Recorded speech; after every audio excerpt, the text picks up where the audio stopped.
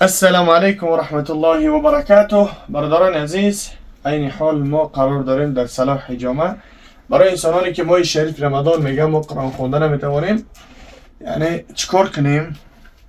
یعنی الحمدلله قرآن مثلا به تاجیکی و عربی که عرلش که اگه سوره کوتاه بیاییم تو اینکه مردم آسان شون باشن.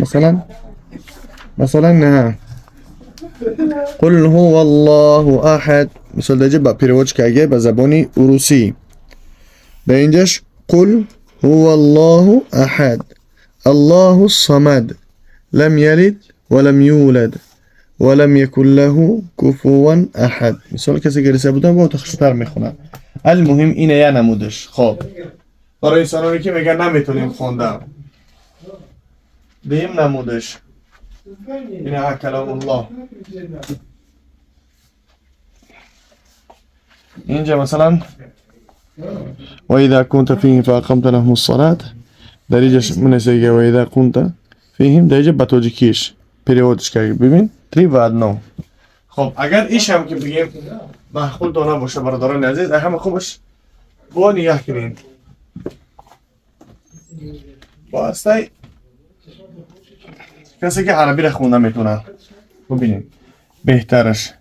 ألم تروا أن الله سخر لكم ما في السماوات وما في الأرض وأسبغ عليكم نعمه ظاهرة وباطنة. يعني إيه چی بود؟ عربی. چیست عربی؟ أنا زبوني شو بيتر؟ أنا وعي دیگه شا چیست؟ بزبوني تو دیکی مصحف تجویدیه.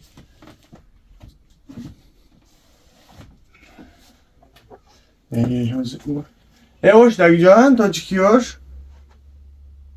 Ya ne var ya tacıkıyor ardımı sırkı çiku yine hem. Bu bakışın barbarın aziz qarib monanda bu binin hasti sabab ki bugün qarib monanda ne ki numu Allah da kam ka kalon tarakay.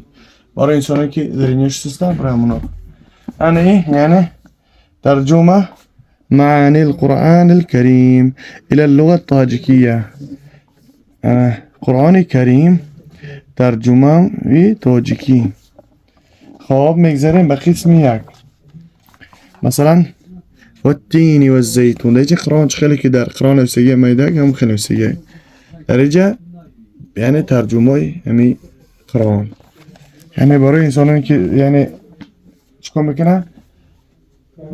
یعنی اپرودانی میکنه برای اونا اپرودانی نیست. این همه نمودش هسته تو اینکه چیکار کنیم ما اپرودانی نکنیم که ها ایش نبود نمیتونم نمیدونم این گپ چپ یعنی باید نشه. الله نیابان تا باشه. این دارو که هستن این حال اکسیه یعنی سمیوان به خاطر ما شریف رمضان 400 سوم اپیدیومنی پاستا این ایش 400 سوم این ایش 400 سوم. یعنی بسیار دارو داز عکس رفته است. میتونه که تنها بیاین و کارخانه ما انشاءالله و خریداری کنیم. انسانانی که ریش داره ریشاشون جغیلما های کنجل مجلای اینه ها برای شما توصیه دمیشه. یعنی می استفاده بریم هم بوی خوشو داره هم ریش داره چیکار میکنه روشن میکنه و هم غبدلش میکنه هم ریشش میکنه که چون کنه جدید نشه.